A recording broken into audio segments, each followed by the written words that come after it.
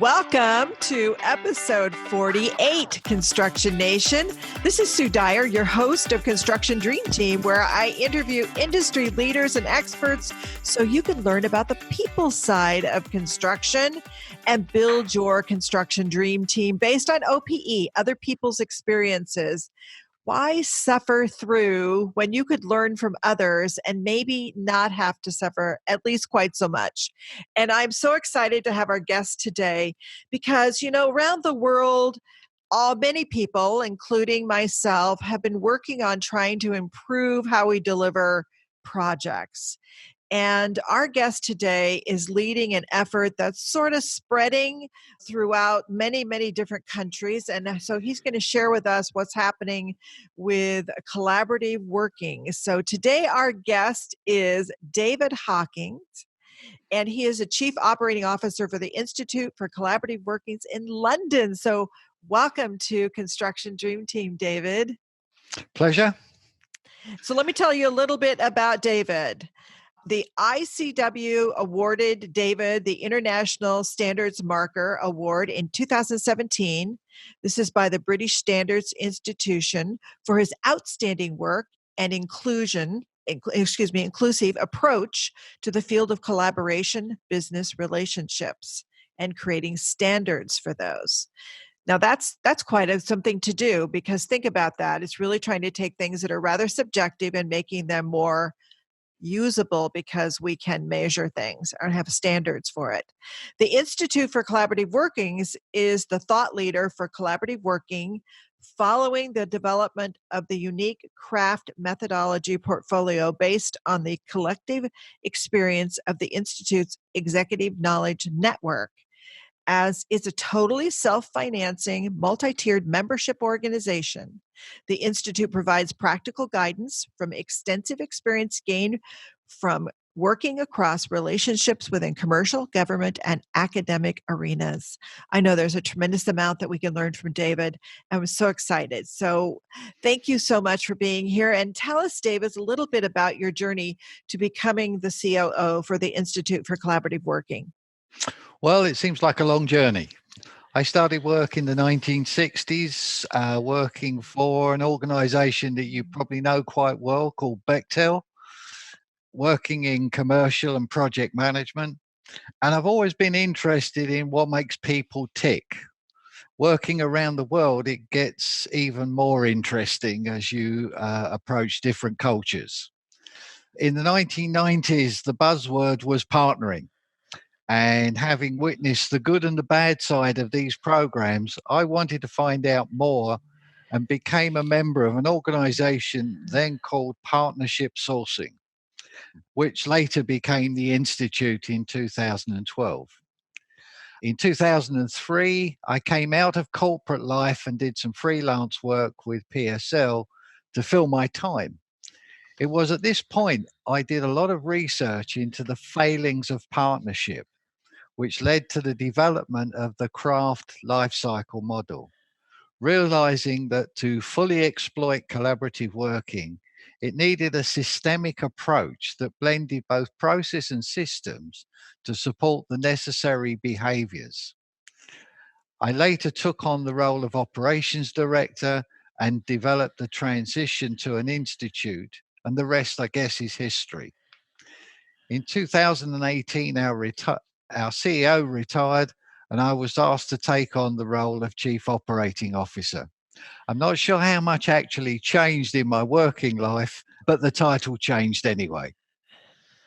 So it seems that there's some very similar processes, evolution that you've gone through, that we've sort of gone through here, myself, through in developing structured collaborative partnering and working and trying to improve how you actually create that kind of culture and maintain it over the life of a relationship, whether it's in an organization or a team.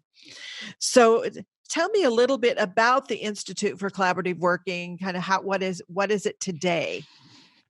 Well, as I mentioned, it was originally set up in 1990 as a UK government initiative to promote the concepts of partnering as a competitive advantage for industry.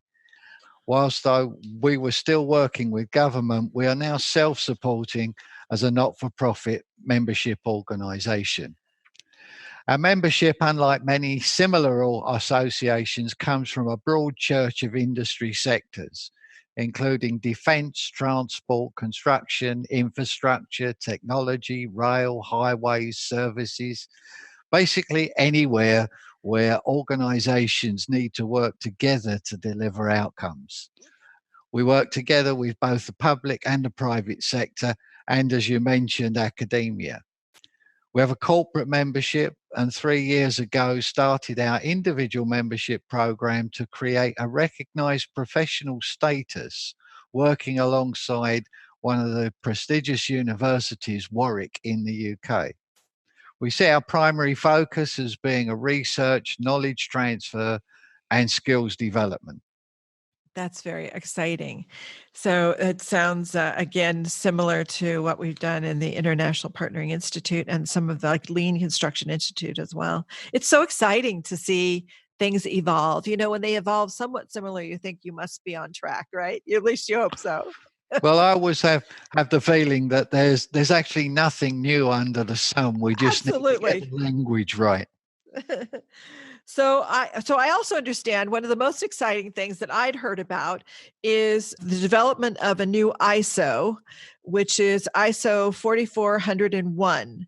And so, those of you in construction, some of you may be familiar with ISO, some of you may not, but it's a standard for how to create a quality application, usually a process. So, we have many quality standards that we use, ISO standards in manufacturing.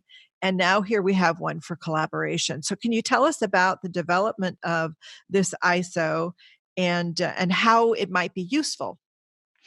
Well, first, I should point out I'm not a standards person, and whilst I believe it is important to recognize that standards provide a common language and structure, but are too often adopted solely so that somebody can achieve certification. This journey started, as you mentioned, with a craft methodology, which was recognized by British standards. It evolved into something called PAS 11,000, which is a market tester, migrated to a British standard in 2010 as BS 11,000. And as interest grew, it took the next step to become an international standard, ISO 44001. The number, by the way, was chosen because it's the UK dialing code, mainly because ISO 11001 wasn't available. That's good. I like that. So there you have it. Look at that. So why did you guys embark on this very large task to create an ISO, a standard or an ISO standard? Help us understand kind of your journey there. Well, from my perspective, collaboration was becoming a term that everybody used, but there was no common understanding of what it meant. This led to many tensions when expectations of individuals and companies was not met. Many organizations failed to understand that relationships generally fail because collaboration was frequently a bolt-on buzzword. It Yeah. wasn't part of the business operation. Increasingly, business was becoming more international and at the same time more interdependent. So, a common platform for developing these relationships was, in our view, crucial.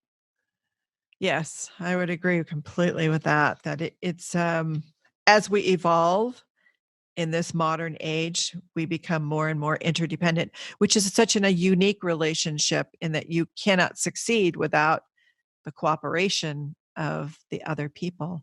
And yet, so many people are blind to that. They don't really see that. They think that somehow they can succeed for themselves almost in spite of others. Well, for me, it's a huge frustration. I mean, for years, we've all recognized the fact that good relationships produce good outputs. But when you try to sell that concept to a chief finance officer, they lose interest. Yeah. Yeah, I would agree. So tell us a little bit about the collaborative ISO, kind of the process. Well, I guess the first point is there is no quick process. As with any international agreement, it takes time. An ISO processes are rigorously structured. There are no shortcuts. In our case, because it was already a British standard, there was a baseline which was set out to all ISO members to seek expressions of interest and, most importantly, identify countries that wanted to participate in the development. We actually have at the moment around 29 different countries involved in the process. The International Committee was formed with mirror committees in all the participating countries, and the draft goes through various stages of drafting, development, critique, voting to gain approval to publish. Altogether, ISO 44001 took 3 years. Which seems pretty fast, really. It would have been a lot longer, I'm sure, if you guys at the UK didn't already have a standard. Yeah, I'm thinking. Well, I think that's true, but I often suggest to people that from my perspective, I'm not sure whether it was collaboration or my history of project management that moved it through the process.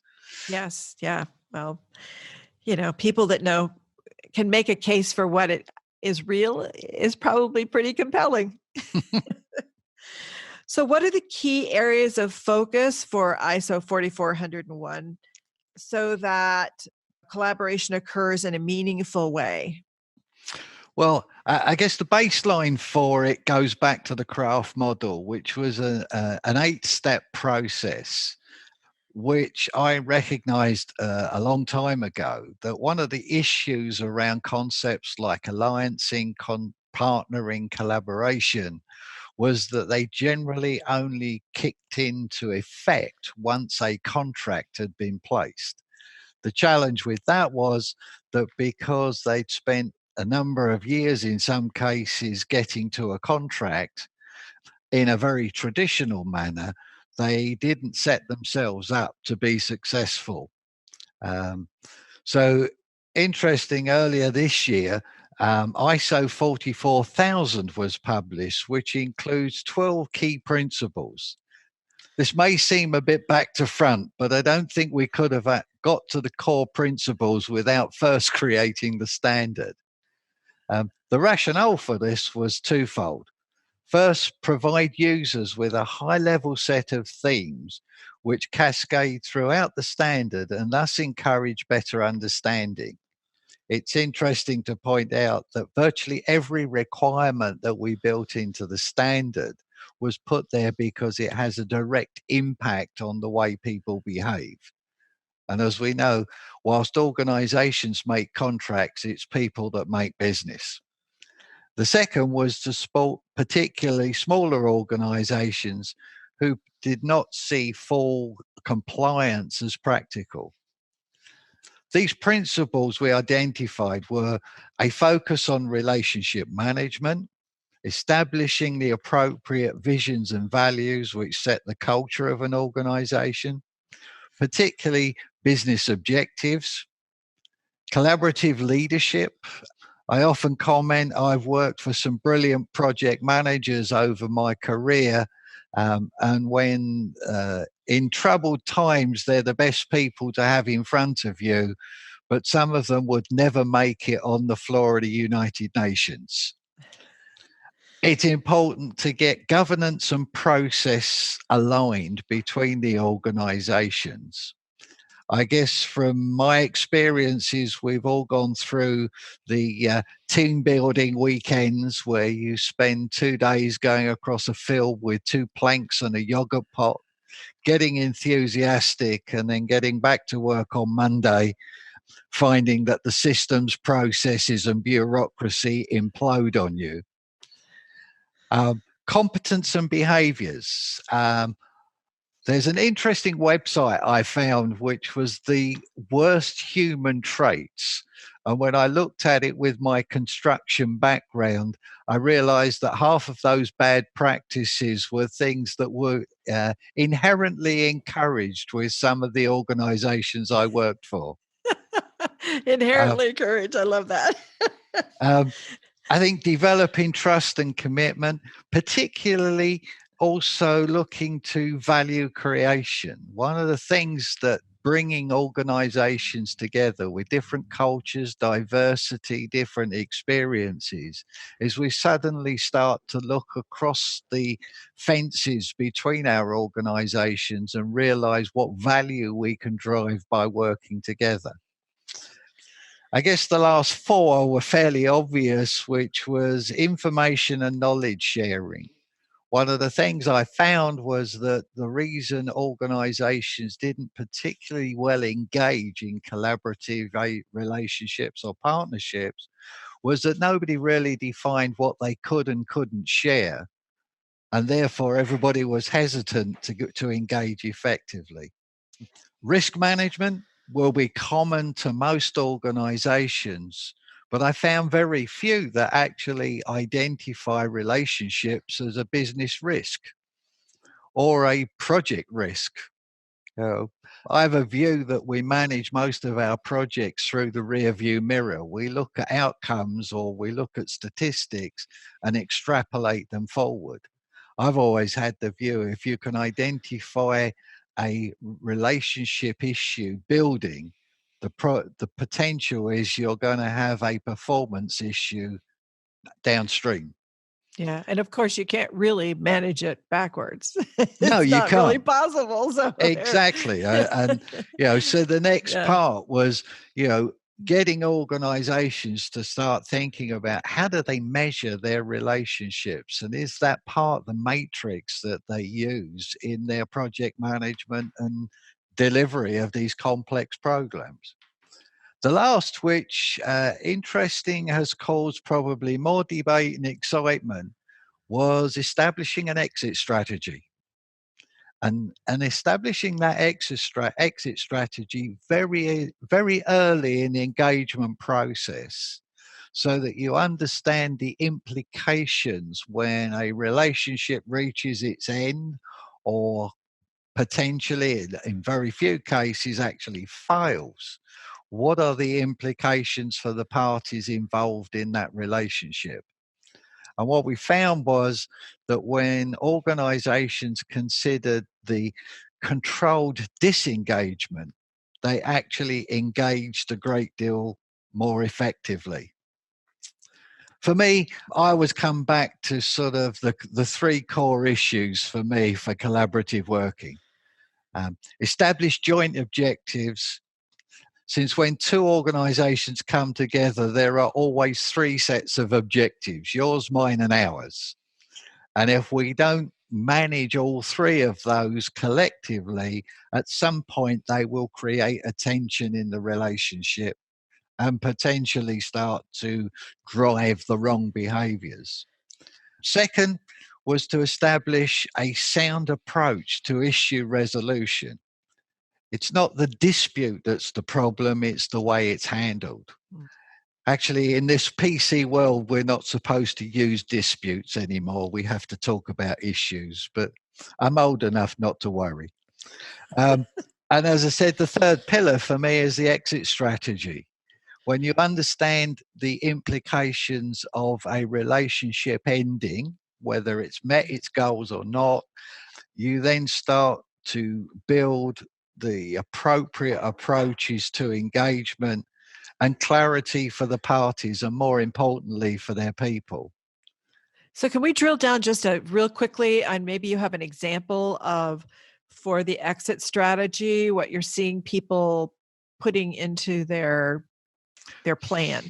Well, I think the interesting thing is the debate we have up front. When we talk about an exit strategy, most contract officers turn around and say, that's okay, we've got a termination procedure. This isn't about termination. This is about ensuring that everybody understands what is and isn't necessary at the end of a contract or a program. And as such, it builds clarity. I don't know about many of your listeners, but I worked on construction projects all over the world. And the most effective physical completion of a project usually became a client disaster because all of the people that were involved in it were immediately shipped off to new programs, and the night watchman was left to clean up the paperwork at the end. And what was a great project ended up being considered a disaster by the customer. So, I think the exit strategy, particularly when you're working in an international market, your approach to different partners will vary depending on the culture, the nature, which countries you're dealing in, what the regulations are. All of these things have an impact. And it was really interesting in the development of the standard was a story from one of the participants from Malaysia. The guy got a contract, I won't say which country, but you're probably sitting in it. And as a result of that contract, they built a factory and employed 1,000 people. And then the contract was terminated. And nobody had ever thought about what the implications were for their partner in that process, who was left with a factory and 1,000 people and no business. On projects that I've worked on, particularly big infrastructure projects, as they start to reach their end, the key people start looking for new projects, new jobs, and almost performance starts to dilute because they're moving off the program well ahead of completion. Yes. I think from a business point of view, when people have clarity of what the rules of disengagement are, you get more effective engagement. Yeah, I'd see that all the time where two things that you've said that I see absolutely happens all the time. One is that as you're coming towards the end, or even as you hit the hump and you start just down, you're not even near the end yet, you're just on the downward slide, your key people that have got you there start dispersing. Yep. And the second thing I see is that nobody focuses on the end being all the paperwork done. Yeah, that's it. That's absolutely right. The snagging list goes on for years. Yes. And sometimes also on some of the projects traditionally approached is that the stakeholders are just handed a key and they don't even know what they got. That's true. But then I don't know what it's like in the US, but with some of our governments, we didn't know what they wanted in the first place. Well, that's probably the problem at the beginning, huh? Isn't it? It's true. Yeah, but this prenup is sort of prenuptial agreement is sort of an interesting creating your exit strategy is Well, important. we've seen some very interesting applications so far, and that is particularly in the service sector where maintenance programs and things like this are running. Companies actually including an exit strategy in order to give their clients confidence that if they want to change partners after a contract cycle, they're going to make it easy for the customer to change horses. What's particularly interesting about that is that in those cases, very frequently, the customer doesn't change horses because they've built up a level of confidence because of that agreement. That's So interesting. it has a really positive input, I but would it's think quite. that I would think for P3s, it would also could be very helpful to have that because I hear an awful lot of the both from all sides on a P3 relationship. We're getting it built, but in the maintenance, is that going to work? Is there so much fear around some of this stuff that if you had this kind of thing already worked out, then everyone could kind of breathe a sigh of relief and know how it's going to work. If it doesn't work, we have an exit strategy. Well, that's my view. I Yeah. mean, I think it's if we talked a little more between the interested parties and perhaps encourage the lawyers to take a holiday, we could move a lot of these things forward a lot faster. Amen.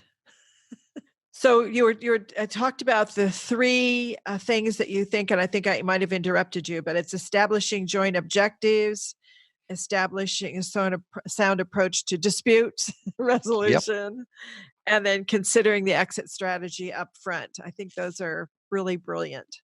So, how do you or who do you envision using the ISO 44?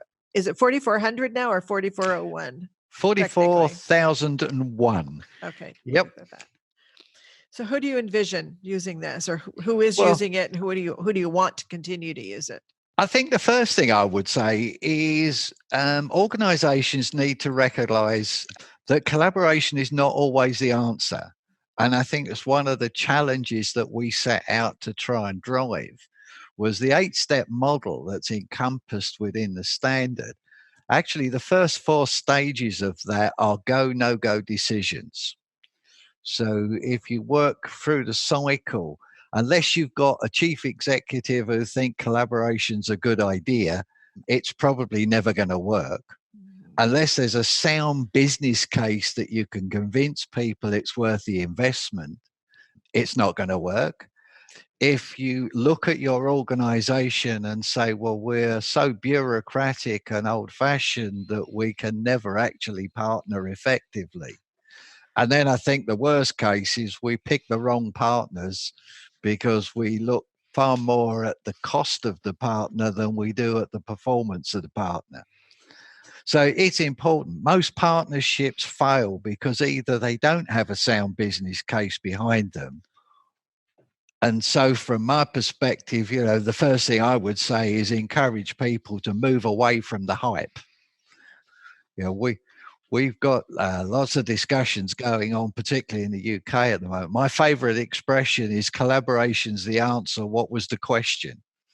Because it seems to be being deployed in every political and business publication I've read in the last 3 years. It would be interesting to ask him to define what collaboration is as well. Well, that's another thing, and I think that's part of the problem. We have a definition that the Institute uses, but I only ever relate it to people for one reason, and that was that definition was put together by 40 organizations who were enthusiasts for collaboration, and it still took 6 months to agree 18 words. Yeah. Because everybody has their own different interpretation. Yeah. So I think one of the things, particularly with a standard, is not to look at it as so much as a quality compliance model, but I always refer to it as a series of questions. And it's how you answer those questions between you that sets up the sound structure for working together. Who can use it? Well, from my perspective and from our experiences, any organization in whatever sector where the desired outcome is predicated by the performance of another, the need to bring organizations together, resources, capabilities to work together to achieve a desired outcome. So this we're seeing now, and I suspect I've seen examples in the US, both in the civil area and the defense area, where you look at it and you say, what you're trying to achieve can't be done without partners. And those partners are now starting to come from different areas of industry.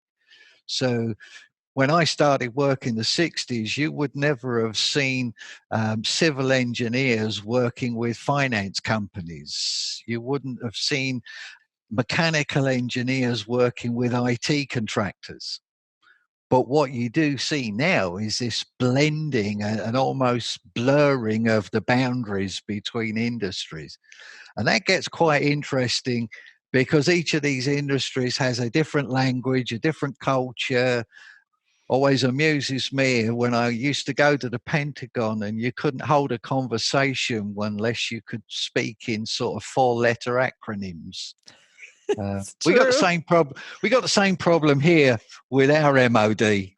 I found one acronym that had got 20 different definitions, which Wow. I thought must have been really interesting if you called a meeting together and you only used the acronym. So as we see this sort of increasing interdependence driven by risk, blending of technologies, cross-sector alliances, national and multinational needs, pressures for cultural alignment, what frequently gets missed is whilst contracts get signed, there is limited focus on the systems and processes that support the inherent relationships. Yes. Yes, I see that daily. I see that daily. Yes. Yeah. And it's so exciting too to help the teams feel like they can become together and be successful. It's very disheartening to watch teams, but I'm even more disheartening to be on a team when you don't feel like you can succeed because the structure isn't set up to allow you to succeed. It's you're working against each other or Yep. waste or a lot of wasted effort as well. I would hate to count the number of occasions when I've been into organisations who say we can't collaborate because the contract won't allow us to. And then I ask them to point out where in the contract it It says you says can't that. collaborate. Yeah, yeah. That's awesome. So what do you see as some of the unique differences between teams in London or the US, the Netherlands, Spain, etc.? Well, I have to say I'm perhaps biased, but I've worked all over the world. I've worked in places I wouldn't send my worst enemy, and I think there aren't that many differences. We have language differences, and I think that's one of the areas where the standards and things like 44,001 start to create a catalyst of understanding. So I don't see those differences particularly. Yes, we've got different languages, different cultures, different legal systems. But when we start to ask each other those pertinent questions, which perhaps in the past we've not asked because we thought there was a negotiation advantage by not asking the question and waiting till the penny dropped, I think you can move it far more faster. Um, So I steer away from using management standards as a weapon of compliance. I actually think they're a catalyst for engagement. Um, I hate organizations who call us in and ask, can you help us get a certificate for 44,001? My attitude is then to get up and walk out because they're not really understanding what the real true benefit is, either of collaboration or the value of a standard. There are lots of variety of attitudes to standards for certain, but in my view, if they were treated as a series of questions, the answers will come more easily, and you'll bridge a lot of those cultural and national boundaries by having those grown-up discussions.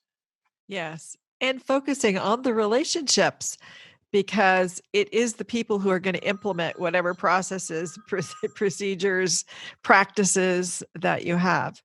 And it so many times you end up with competing interests over whose process is going to play out, whose Oh, practice, absolutely. or how long does it take for the team to realize that they aren't on the same page?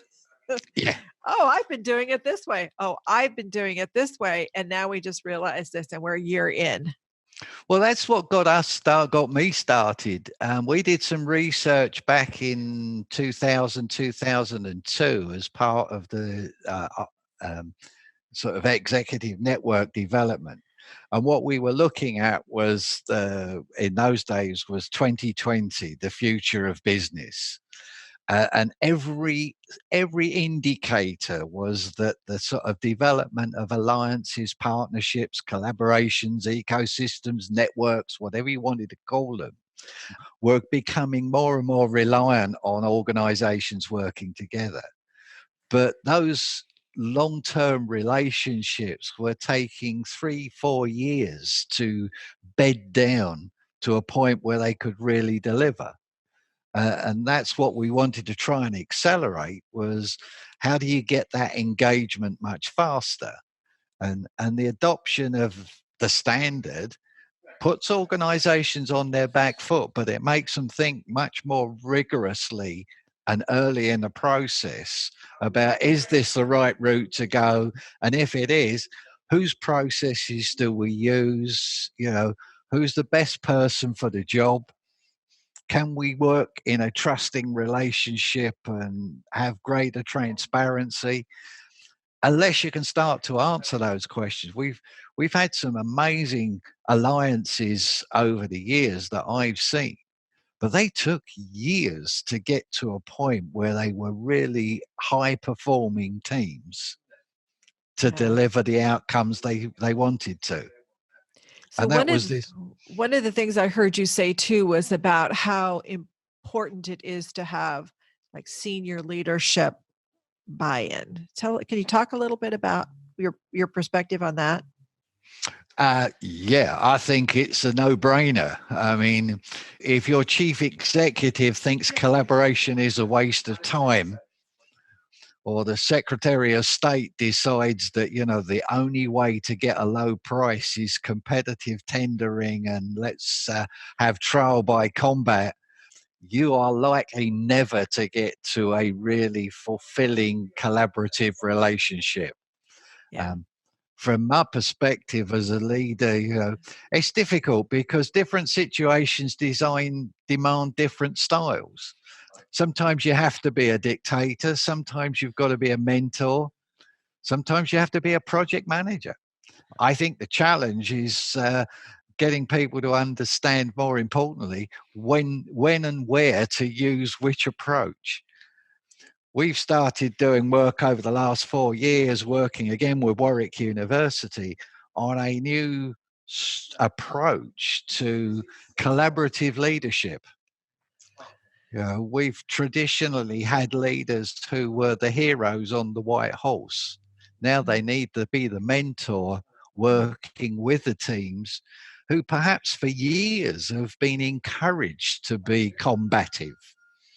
Yes. Now we need them to work together, and suddenly you've got leaders who need a different style. I always think about it, it's influence and encouragement, but you also have to have a strong arm sometimes to bang people's heads together. Yes, but knowing when to do that, sort of situationally. Yep.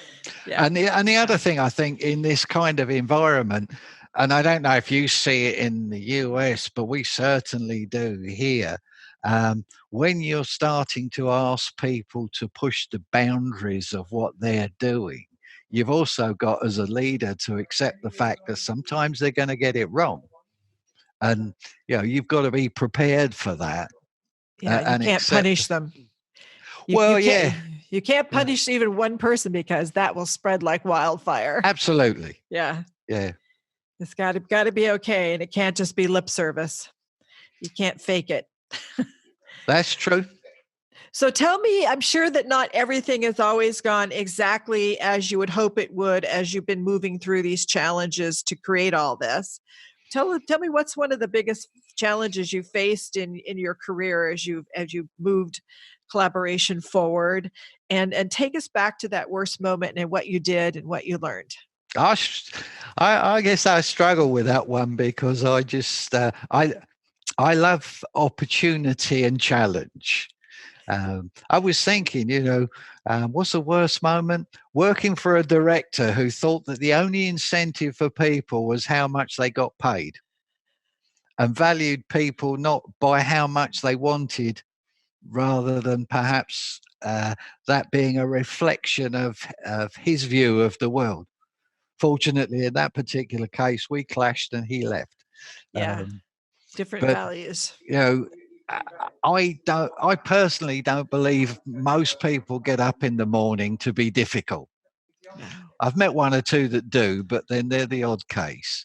And I also don't. I think that financial reward is important, but actually, if you make financial reward the only goal, what you get is a distorted view of the world.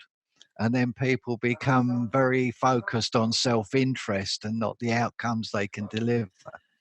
Well, I think there's quite a bit of research that shows that financial reward is, I don't know, it's like number 10 on the list of things that actually motivate people. Appreciation is a lot higher. Yeah, and it doesn't take much to encourage people. And I think, where we've seen really successful alliances, collaborations, there's nothing greater than when the chief executive of one company praises somebody in another company. And suddenly you Yes. start to realize that the barriers are coming down. Yeah. One of the most powerful things I've ever seen, and I know I try to take every Friday to write thank you notes. But I've seen senior executives do this within their organization, large, complex organizations. And when you go by offices, you see them pinned on the wall, these little thank you notes from the director.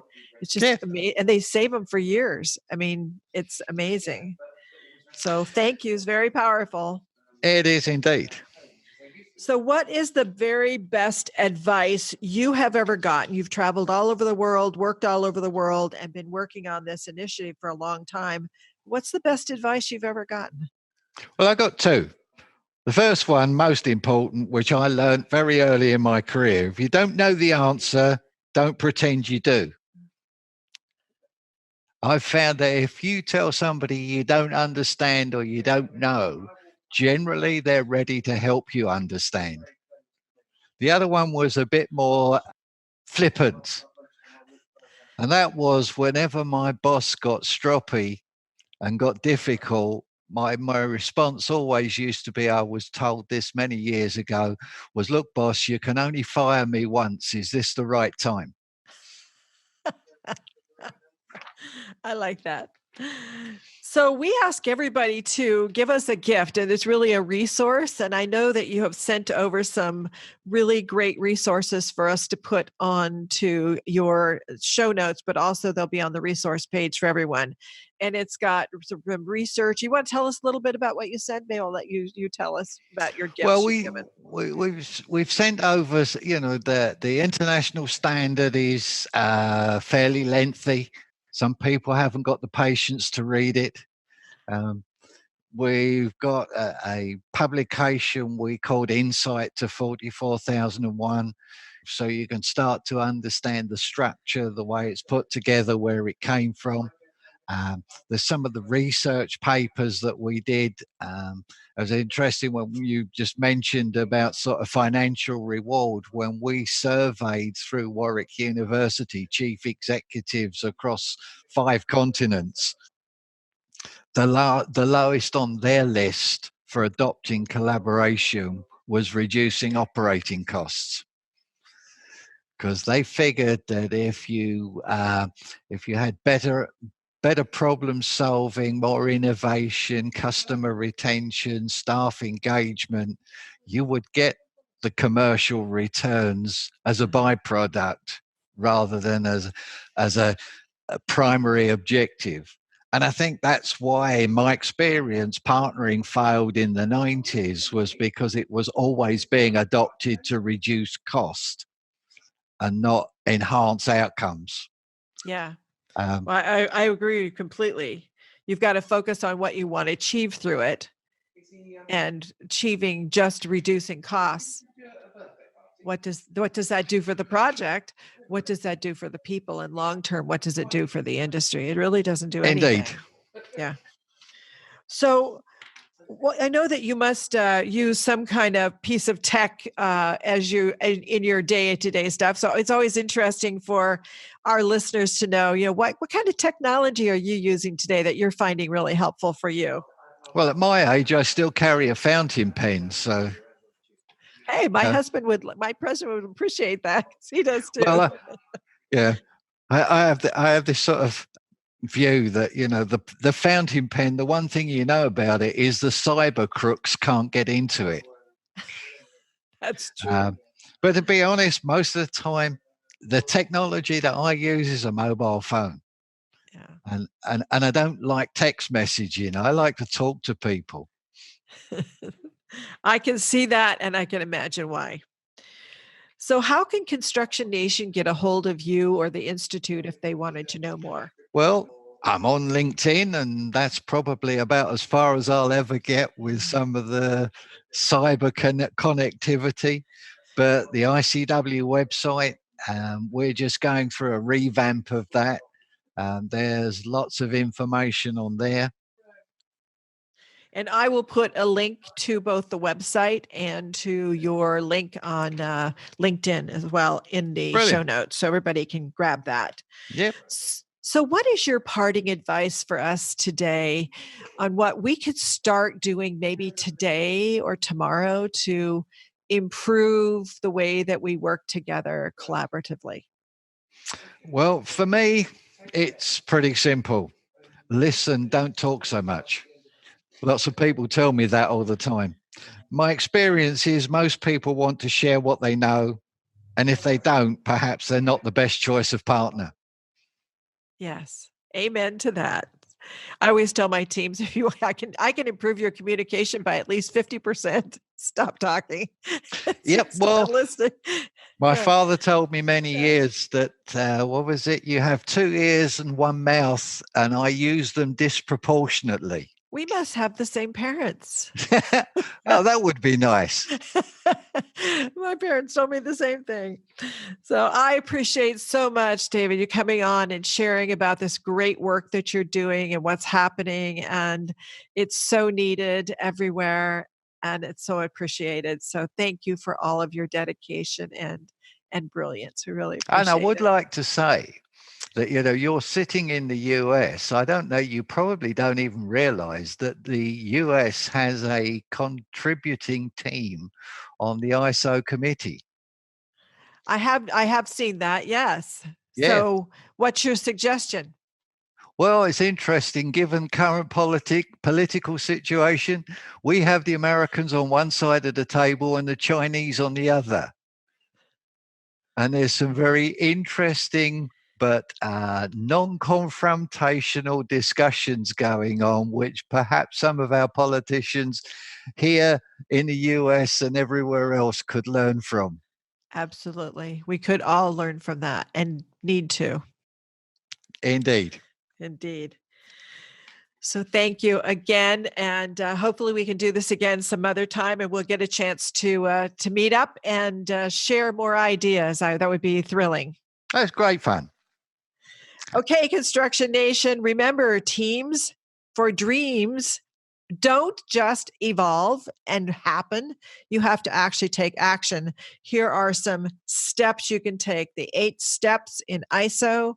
Look at them, evaluate. Are you doing this? Could you be doing it better?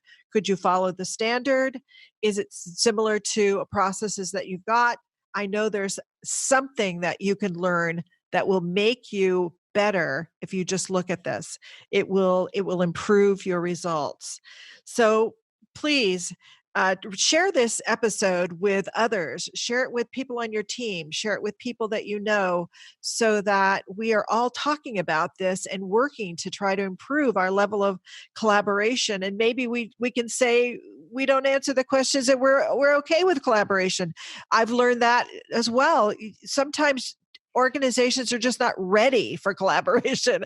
If you have a CEO who is combative, you're not going to create a collaborative team underneath that person in that organization at that time.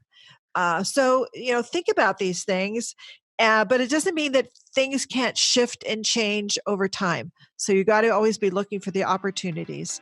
So please, Construction Nation, remember that next Monday we'll drop again at 4 a.m. Pacific time. So tune in when I will interview another industry leader or expert so you can learn how to build your construction dream team. Catch you next time.